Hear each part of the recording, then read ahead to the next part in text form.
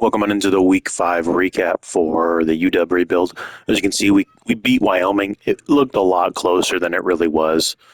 It was a it was a blowout in the third quarter. Really, you can look at the stats. I mean, if you look at the stats overall, we really did dominate this game. If I'm not mistaken, four turnovers. And late in the game, they made some moves, but it was mostly because we were just kind of letting them, take some time off the clock, right? Like we were just taking time off the clock, so we gave them big chunk plays and some points late. This game was over early and often.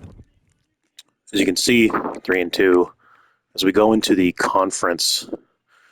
big conference game against Stanford, if you look at the conference standings, it's actually a big deal because obviously we're not ranked. We don't deserve to be ranked, and neither is Stanford for some odd reason. I think they're a really good football team. Well, it's the fact they've only scored 103 points. 3-2, 3-0 in the conference. We're the only team with 3 wins in the conference. This game against Stanford should be a separator. Obviously, Oregon's 3-1 in the conference. I don't know who they played to where they lost. I probably talked about it in earlier videos, but 5-1 for Oregon, 3-2 for us. Oregon's already halfway through their season, and we just really got to keep winning. I don't think we're going to go undefeated in the Pac-12 because obviously the Pac-12 is difficult. We still got to play USC at some point, but play USC, Stanford, and Oregon in this conference, and that's going to be the separator between what we can do. And I think USC is going to be very difficult. Stanford's going to be very difficult, and Oregon's going to be very difficult. So if we can just find a way to win one of those 3 games, it'll be a successful season in my book, because then all we got to do is finish with 7-8 wins, and that's kind of the goal for us, right? Let's go to the top 25 matchups that we saw from week 5. Kansas took care of business. Utah took care of business. Ohio State and Wisconsin, great game. Georgia, LSU. Again, Georgia's 2-2. I don't know why they're top 15 in the nation. It doesn't make any sense to me. Yes, they've had they play in the SEC, yada yada yada. But again, LSU's number 20 and they're 3-2. Just very very weird ranking system. Oklahoma beat Nebraska. Clemson barely beat Boston College. Texas A&M. Missouri, they got past Navy. Bama destroyed Florida. That's a huge, huge win for Alabama. And we got Michigan over Minnesota in a very close one as well. Notre Dame over Louisville. You can kind of see all these for yourself. Illinois beating Penn State is a huge deal. And then being ranked less than Penn State going into that is wild. I mean, because all these rankings are after the fact. Mississippi destroying Tennessee. Huge, huge, huge game for Mississippi. Miami beating Virginia Tech, a close one. And then North Carolina destroying Duke, and Oregon beating UCLA in a close one. But that's where that is. Week 6 top 25 matchups. I don't think there's a lot. Iowa and Ohio State's a huge game, obviously. 2 undefeateds. That's a big one. That's a separator to see who's where. Notre Dame, Cincinnati, another Big Ten matchup. That's a big one. Even though Cincinnati's not ranked, that's a huge game. Look at Clemson and Florida State. Game of the weekend. No debate. Clemson 3-1, Florida State 4-0, or number 4, 3-0. Definitely game of the weekend.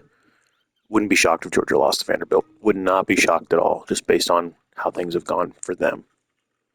Players of the week, we had our guy get National Defensive Player of the Week, Russell Davis, right end. He was amazing. 2 sacks, 6 tackles. He had 2 tackles for loss as well. Pretty amazing. Heisman watch, nobody from our end, nobody on UW, but the same old guys, Jeremiah Smith, Will Howard, Garrett Green, Milrow.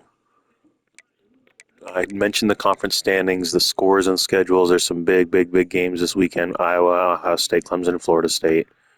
Huge games. And we've got our big game against Stanford. And our recruiting hasn't really changed a whole lot either. In fact, we can dive into that real quick. If you go and you look at where we are, we've lost some players due to other circumstances. Again, that's our verbal commit. Our left tackle, JUCO. Nothing special, but it is what it is. He's out. He left. I think he's already down to his minimum teams. He's down to his minimum teams. He committed to Cal. And 4-star quarterback, he's out. So let's go into here and finish recruiting this guy or scouting this guy.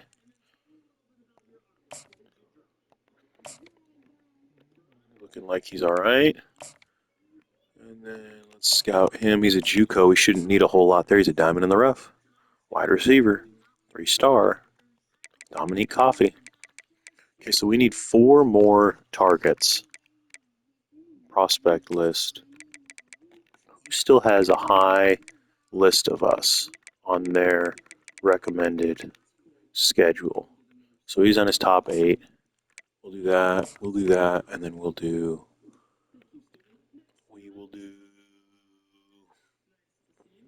that.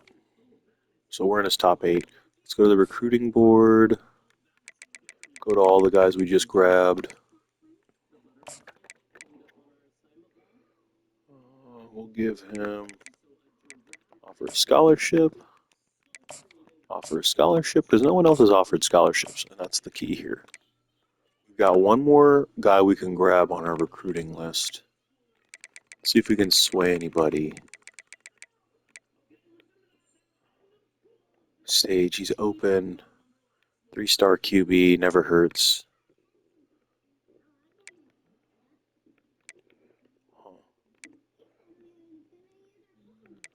The 4-star QB. Let's just do this one because he's higher up on the deal. No.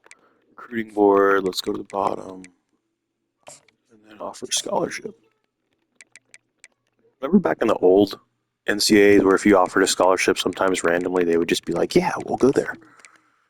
That doesn't seem to happen anymore. Diamond in the rough, corner. DBU. That's what UW's turning into. Nope, he ain't great. And there we go. We'll get the quarterback later. Nobody's looking like they're going to join us anytime soon. And we don't think we're going to be in the top for recruiting, which is okay. Where's our class right now? Wow, we're way down there. That's not good. Jeez. Oh yeah, because we've only signed one guy so far. That's why. Well, there you have it. That's the week 5. That's the week 5 recap. And we're going to jump into the Stanford game. It's going to be a huge game. I think this is going to dictate a lot about the rest of this season. It's not like an end-all be-all. We've got other games ahead of us, but this is kind of like the first step of like if we want to do something within the conference. Which again, Stanford's tough, so we shall see what happens. Thanks again for watching. Have a good one.